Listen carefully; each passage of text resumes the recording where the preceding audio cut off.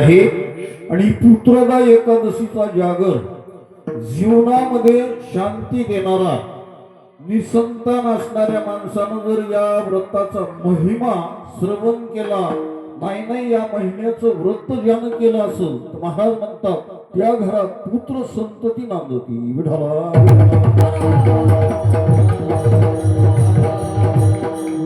असं या महाप्रभ कालावर योगायोगानं या सगळ्याच तुमच्या गावकऱ्याला एक मी वंदन करतो की जसा सप्ताह केला माळ घालण्यापेक्षा माळ टिकवण्याला महत्व आहे तसं सप्ताह केला महिला मंडळीनं खऱ्या अर्थानं. पण माझी जबाबदारी सांगायची या सगळ्या पुरुष मंडळीला एक विनंती आहे जसा सप्ताह केला तसा टिकवायचा प्रयत्न करा.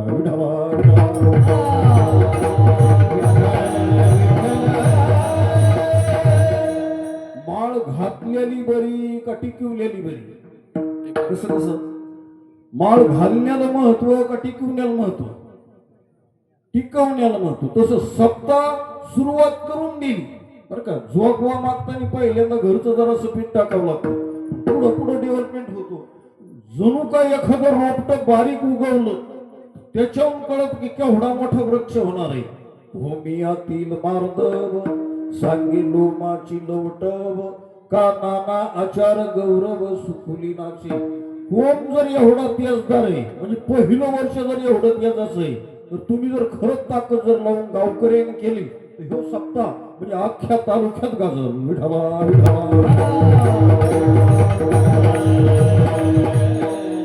ज्या गावाला टाळ वाजत नाही ज्या गावाला हरिपाठ होत नाही काकडा भजन होत नाही कुठल्याच प्रकारचा नियम चालत नाही ती ग्रामदैवता त्या गावाला महाराज त्या गावाला शाप देती. मी अतिशोक्ती बोलत नाही. महाराज म्हणतात ते गाव नसून ते गाव मसन वाट आहे.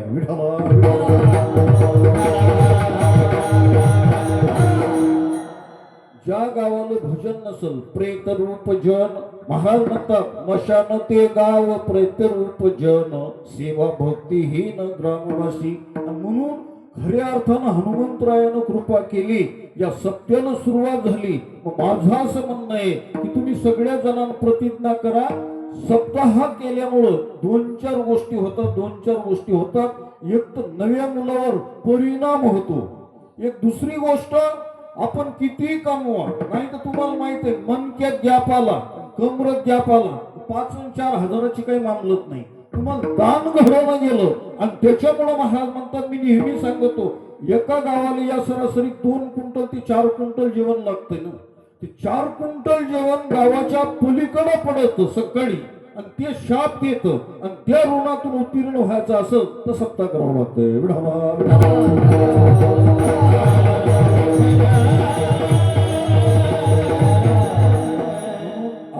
माझ्याकडे आलेली सेवा ही 6व्या दिवसाची अभंग संत प्रकरणातला आहे. बाकीचा पसारा सांगण्यापेक्षा आपण पदाचं चिंतन ऐकू. जगद्गुरु तुकोबार आहे संत प्रकरणातला अभंग असल्यामुळं महाराज आपला विश्वास व्यक्त करतात. संतांची पायी हा माझा विश्वास सर्व भावे दास झालो त्यांचा. जगद्गुरु तुकाराम महाराज म्हणतात मी संताचा दास झालो संताचा सेवक झालो आणि माझा सर्व विश्वास त्या साधू संताच्या पायावर आहे. कशामुळं?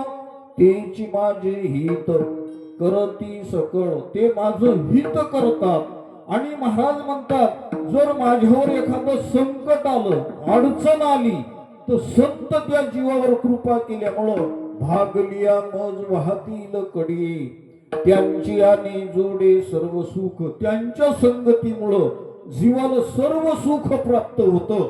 बर आणि एवढंच नाही त्यांनी दिलेल्या शब्दाला मी तडा जाऊ देणार नाही त्यांचं वचन मोडणार नाही. वचन न मोडी बोलिले ते तुका म्हणे शेष सेवी ना बडी वचन न मोडी बोलिले ते असा अभंगाचा सरळ भावार्थ आहे.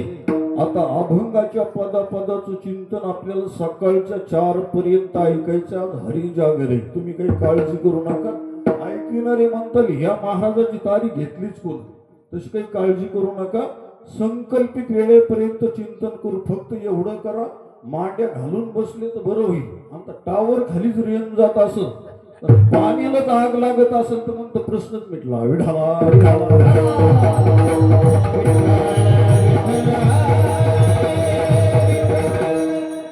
जगद्गुरु तुकोबाराय. आता ज्यांच्या पायाला काय अडचण असेल ते डिस्काउंट देऊन टाकू. तसं काय नाही, तुम्ही पायाची लांबी केली तर कीर्तन लांबत, तशी काही काळजी करू नका. कसं बसा, पण बसा.